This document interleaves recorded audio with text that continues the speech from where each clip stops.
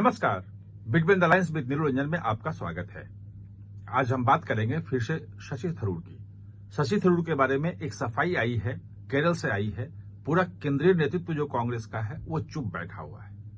आखिर शशि थरूर को लेकर के कांग्रेस के जो शीर्ष नेतृत्व है उसमें चुप्पी क्यों है, और केरल से जो सफाई आ रही है उसके मायने क्या है? क्या शशि थरूर के खिलाफ कोई कार्रवाई करने की स्थिति में है कांग्रेस, या थरूर को जो वो चाहते हैं वो देने की स्थिति में है कांग्रेस? ऐसा नहीं लगता है। यूं लग रहा है कि शशि थरूर जो हैं वो कांग्रेस के गले की फांस बन गए हैं। न वो निगलते बन रहे हैं और न उगलते बन रहे हैं, वो उनके गले में जाके फंस गए हैं। कैसे फंसे हैं, कांग्रेस क्या करेगी, ये समझना जरूरी है। तो दरअसल अगर आप देखेंगे कि पहलगांव आतंकी हमले के बाद से ही जो शशि थरूर है उनका रोल जो है पूरे राष्ट्रीय परिप्रेक्ष्य में बढ़ता जा रहा है। उन्हें बहुत लंबी लकीर खींच दी है, और ऑपरेशन सिंदूर के बाद जिस ढंग से विदेशों में जाकर उन्होंने भारत का पक्ष रखा, जिस ढंग से राष्ट्रवादी उनकी सोच और उनकी आवाज दिखी, वो लगा कि वो तो जो जयशंकर हैं या जो सरकार के जितने भी मिशनरी हैं उससे ज्यादा बेहतर तरीके से दुनिया के सामने भारत का पक्ष रख रहे थे। और इस तरह से एक यूं कहें कि उन्होंने एक बहुत बड़ी लाइन खींच दी थी। उनकी लोकप्रियता की लाइन जो भारत में हो गई है वो बहुत बड़ी हो गई है, और उससे कह सकते हैं कि उनकी लाइन को छोटी करने के लिए जो छोटे नेता हैं उनके तरफ से बयान दिलवाए गए और उनके खिलाफ जो है काफी कुछ कहा गया, और जिसपे प्रतिक्रिया भी, उन चीजों में मैं नहीं जाऊंगा। मैं आज सिर्फ शशि थरूर और कांग्रेस के रिश्तों की बात करूंगा, कैसे अब निपटेंगे। तो कल जब शशि थरूर का बयान आया और उन्होंने साफ साफ कहा कि मतभेद हैं कांग्रेस के साथ, लेकिन वो अभी कांग्रेस के भीतर ही इन चीजों को सामने रखेंगे। उन्होंने ये भी खुलासा कर दिया कि जो केरल में उपचुनाव है उस उपचुनाव में प्रचार के लिए उन्हें नहीं बुलाया गया। अंतिम समय में कल ही मतदान हुआ है, उसके पहले वो केरल में थे लेकिन उनको नहीं कुछ कहा गया। ये एक बड़ा स्टेटमेंट था उनका, और ये दिखाता था कि केरल में जो सबसे लोकप्रिय नेता है, और केरल ही नहीं पूरे देश में जो सबसे लोकप्रिय नेता है कांग्रेस के इस समय, इस वक्त कम से कम कह सकता हूं मैं, वो उन्हें कांग्रेस दरकिनार कर रही है। और अगले साल जो अप्रैल में वहां विधानसभा का चुनाव है उसमें कांग्रेस को वो भारी पड़ सकती है। मैं पहले आपको समझा चुका हूं। तो अब आज जो है वो उनके नेता हैं, जो केपीसीसी के जो अध्यक्ष हैं जोसेफ, उनका एक बयान आया है। उनके तरफ से एक चीज आई है सामने कि हमारे स्टार कैंपेनर में शशि थरूर शामिल थे, और शशि थरूर को हमने अपना उस उपचुनाव के लिए स्टार कैंपेनर बनाया था। सभी लोग प्रचार करने आए थे, सिर्फ एक ए.के. एंटनी जो पूर्व रक्षा मंत्री हैं उनका स्वास्थ्य ठीक नहीं था तो उन्होंने प्रचार नहीं किया, और शशि थरूर नहीं आए। शशि थरूर आते तो प्रचार जरूर करते, जबकि पहले ही शशि थरूर बोल चुके हैं कि उनके पास कांग्रेस की तरफ से कोई मिस्ड कॉल नहीं आया, और चूंकि उनके कहा नहीं गया, किसी ने मिस्ड कॉल भी नहीं किया, तो वो प्रचार कैसे करते, कैसे जाते वो वहां पे, क्या कहां जाके प्रचार करते? भाई इतना बड़ा नेता अगर प्रचार करने कहीं जाएगा तो उसके लिए आप सभा रखेंगे, लोग जुटेंगे, कहां कहां जाएंगे, किन किन लोगों से मिलेंगे, उनकी पूरी व्यवस्था होती है। जो बोलते हैं उसका मीडिया कैसे कवरेज होगा, लोगों तक उनकी बात कैसे पहुंचेगी, ये सारी व्यवस्था होती है जो कहीं होती हुई दिखी नहीं, इसलिए शशि थरूर गए नहीं। अब सवाल यह है कि क्या शशि थरूर के खिलाफ कांग्रेस किसी भी तरह की कार्रवाई करने की स्थिति में है या नहीं है? जो मुझे लग रहा है कि अगले साल विधानसभा चुनाव के पहले कांग्रेस शशि थरूर के खिलाफ किसी तरह की कार्रवाई करने की स्थिति में नहीं होगी, और अगर वो कार्रवाई करती है तो स्थिति कांग्रेस की और भी खराब हो जाएगी विधानसभा में।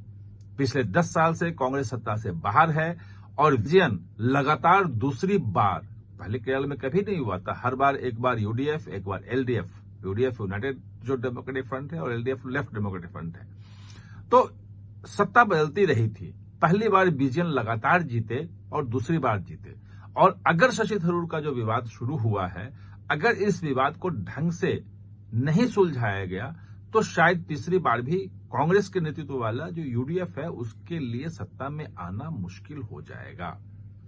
दूसरी बात कि अगर शशि थरूर के खिलाफ कांग्रेस नेतृत्व किसी तरह की कोई कार्रवाई करती है तो पूरे देश में जो उनकी लोकप्रियता है, जो उनके प्रशंसक है शशि थरूर के, और केरल में तो है ही, वो सब कहीं ना कहीं से कांग्रेस के खिलाफ होंगे। प्रतिक्रिया जब बहुत जबरदस्त होगी, उस प्रतिक्रिया को कांग्रेस कैसे झेलेगी?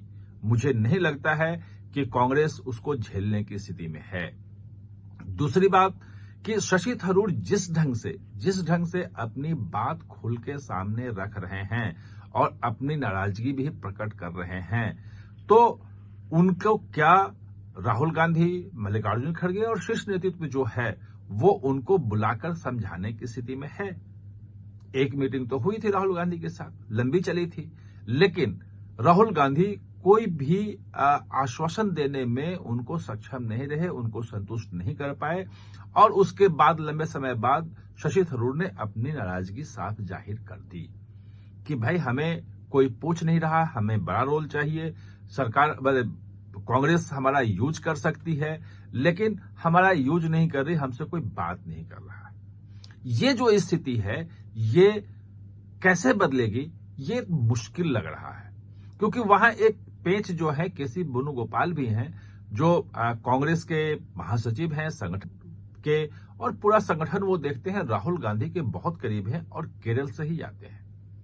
केसी वेणुगोपाल की अपनी महत्वाकांक्षा है, वो अपने आप को मानते हैं कि अगर शशि थरूर साइडलाइन होते हैं तो फिर केरल में सबसे बड़े नेता वो होंगे और वहां के मुख्यमंत्री के दावेदार भी वो हो सकते हैं। मुख्यमंत्री कांग्रेस उनको बना सकती है क्योंकि राहुल गांधी के बहुत करीब हैं, और केंद्र में जो भी नेतृत्व भी है, मल्लिकार्जुन खड़गे हों, जयराम रमेश हो, चाहे कोई भी हो, बहुत करीब है और बहुत शक्तिशाली है वो। तो उनकी एक अपनी अलग पॉलिटिक्स है। उस पॉलिटिक्स में क्या केसी वेणुगोपाल शशि थरूर को राहुल गांधी के करीब आने देंगे, कांग्रेस में सम्मानजनक स्थिति लेने देंगे? मुझे नहीं लगता है कि ऐसा होने वाला है। और अगली बार अब शशि थरूर आ गए हैं और 21 जुलाई से संसद का जो है वो मानसून सत्र शुरू होने वाला है, वहां भी वो रहेंगे शशि थरूर। देखना यह है कि अगर शशि थरूर को वहां कांग्रेस पार्टी की तरफ से कुछ मुद्दों पे बोलने का अगर मौका दिया जाता है तो लगेगा कि हाँ उनको वैल्यू दिया जा रहा है, उनको एक मंच दिया जा रहा है जहां वो बोल सके, क्योंकि अभी तक ऐसा होता नहीं था। एक आध दो का बाहर कभी कभी उनको बोलने का मौका दिया गया, वरना कभी उनको पार्टी की तरफ से अपनी बात रखने के लिए संसद में भी मौका नहीं मिलता था। लेकिन जो स्थिति अभी है उसमें मुझे नहीं लगता है कि इसमें कोई परिवर्तन आने वाला है और उनको संसद में मौका भी मिलने वाला है। ऐसे में जो कांग्रेस के पास कोई विकल्प नहीं है और शशि थरूर के पास भी विकल्प नहीं है, क्योंकि शशि थरूर को भाजपा में जाने की बात तो हो रही है, लेकिन भाजपा उनको ले या न ले इसको लेके वहीं दो राय है।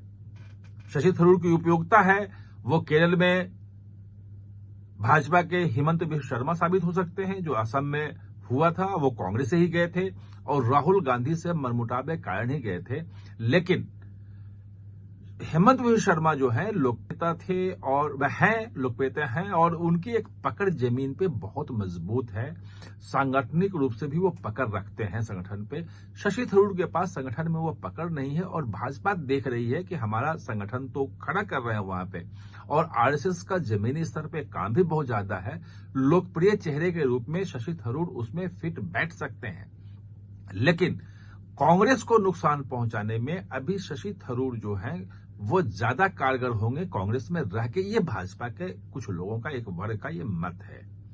ऐसे में वहां भी उनके रास्ते नहीं है, तो रहेंगे कांग्रेस में ही शशि थरूर, और कांग्रेस में रहते हुए कांग्रेस का जो नुकसान होगा, चाहे वो उनको पूछें या ना पूछें, जो केरल में विधानसभा के चुनाव है उसमें जो नुकसान होना है वो लगभग तय माना जा रहा है। आप हमारे साथ चर्चा में जुड़े, इसके लिए बहुत बहुत धन्यवाद। और हां, चैनल को सब्सक्राइब करना न भूलें, इसका बेल आइकन दबाएं ताकि नया वीडियो कोई भी आए तो उसका नोटिफिकेशन समय पे आपको मिल जाए।